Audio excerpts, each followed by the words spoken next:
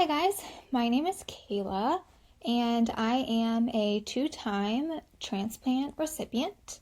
I received an intestinal transplant in November of 2015 and then a modified multivisceral transplant which consisted of a stomach, pancreas, duodenum, and small intestine in February of 2019. And although there are many complications that I received because of my transplant, one that's hit me particularly hard is something called avascular necrosis. So I'm just going to take a little bit of time to tell you about my experience with avascular necrosis and then a little bit just about what avascular necrosis actually is. So there's a common misconception that a lot of people have, and that's the difference between AVN or avascular necrosis and osteoporosis. So they're actually two very different things. So osteoporosis is actually a disease in which the bone cells of the body that are responsible for eating up your old bone exceed the rate in which the bone cells of the body that actually make your bone. So the cells that kind of eat up your bone are eating your bone too fast, and the cells that should be making new bone aren't making new bone fast enough. This is very different from avascular necrosis. So you get a porous bone in osteoporosis. So when you think of osteoporosis, the diagnosis, the treatment, you're going to hear things like a DEXA or a bone density scan, calcium, vitamin D. A lot of times as transplant patients, we get reclassed or Prolia infusions. But this is not the case for AVN. AVN, or avascular necrosis, is actually bone death because there's lack of blood flow to the bone. So two completely different processes that are occurring to our bones. And also with AVN, it's actually occurring more to your joints. So two different disease processes that are occurring.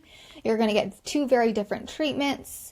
And AVN is going to be very painful. Usually osteoporosis isn't something that you're actually going to feel. It's just usually something that's going to be detected on something like a bone density scan. But AVN is actually a very painful condition. And I've experienced a lot of it. So we want to make sure that we aren't getting these two things confused. So what's going to cause AVN? So in transplant patients, the most common cause of AVN is going to be long-term steroid use. So prednisone, hydrocortisone.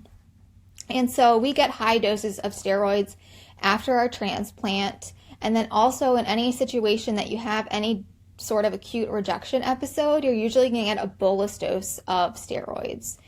So a lot of times, I know in my transplant center, if we have any sort of indeterminate rejection or a mild rejection, we get bolused with a gram of steroids.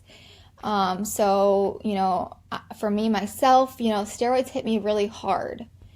And so in our population, this is a huge problem because a lot of times, even before we get transplanted, with autoimmune conditions, something like Crohn's disease, people have already been on steroids for a long period of time. So even before transplant, people are coming with years and years of steroid use.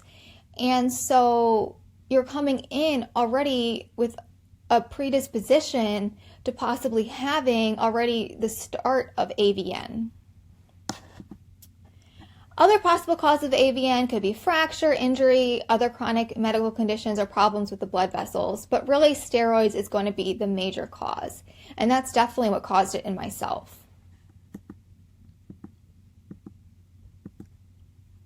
So other risk factors, excessive long-term alcohol use, chemotherapy, pancreatitis, steroid use, injury, autoimmune disease. Sorry, some of these got cut off, but hypercoagulable states, hyperlipidemia, all can be risk factors. So those can compound the fact that we're getting steroids. So what are signs and symptoms of it? So it's going to depend on the degree and the location of the disease and the extent of which you're having it, but mild to severe bone and joint pain. And it's kind of a deep and throbbing in nature. If you have AVN, you really, it's something that it's kind of hard to explain, but if you have it, you kind of can understand it. But it's just this really deep bone pain that you experience, and you can experience with or without activity. But really, what I noticed was at kind of the beginning state of my AVN, I kind of just only felt it maybe more later in the day after I had been walking on my legs or my ankles or my hips for a long period of time.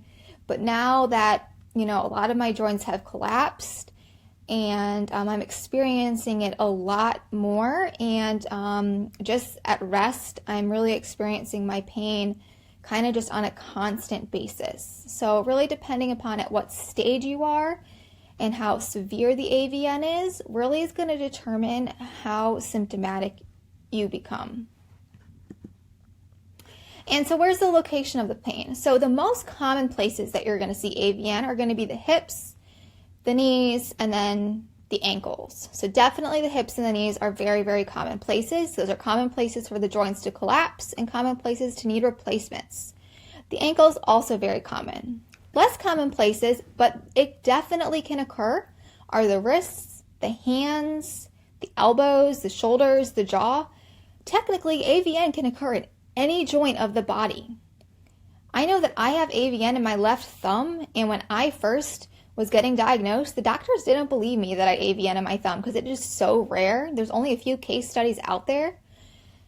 But sure enough, we got the testing and it showed that it's in my thumb. And now I've actually gotten further testing to find that it's in all the joints of my wrists and my hands.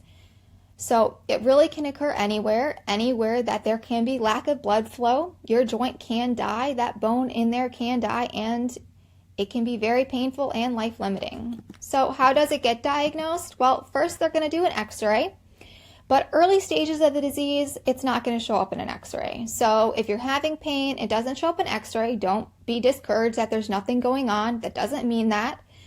But your doctor, for insurance purposes, is going to have to get an x-ray. The x-ray doesn't show anything. Really, the gold standard is going to be an MRI. So they're most likely going to order an MRI.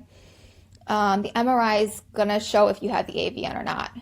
Sometimes they might order a CT scan, but that's not going to be as specific.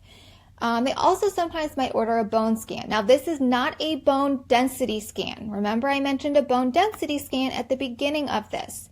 A bone density scan is a DEXA scan, and that's for osteoporosis.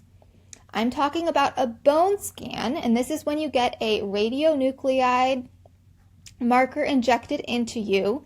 This is done through nuclear medicine, and this is different than a DEXA scan. And this can help also diagnose AVN. And the good thing about a bone scan is that it can look at your whole body. So if you have multiple joints that are really bothering you, this can kind of give an overview of the entire body, rather than an MRI, which is only going to look at one specific joint, and you have to get an MRI per joint.